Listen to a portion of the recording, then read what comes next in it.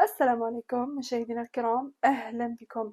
أعلنت المملكة العربية السعودية عن تقديم منح دراسية مجانية للطلاب الجزائريين، وذلك في إطار تعزيز التعاون مع الجزائر في مجال التعليمي والثقافي. هذه المبادرة تأتي بعد تقارب كبير بين البلدين، خاصة في الفترة الأخيرة، حيث شهدت العلاقات تطورا ملحوظا على عدة مستويات.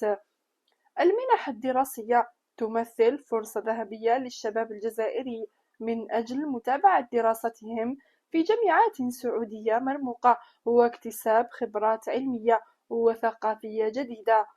كما تعكس هذه الخطوة حرص البلدين على الاستثمار في العنصر البشري باعتباره أساس بناء المستقبل.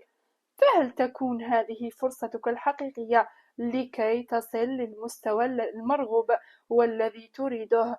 اتركوا لنا آراءكم في خانة التعليقات حول هذا التعاون وحول هذه المنحة الدراسية التي منحتها المملكة العربية السعودية.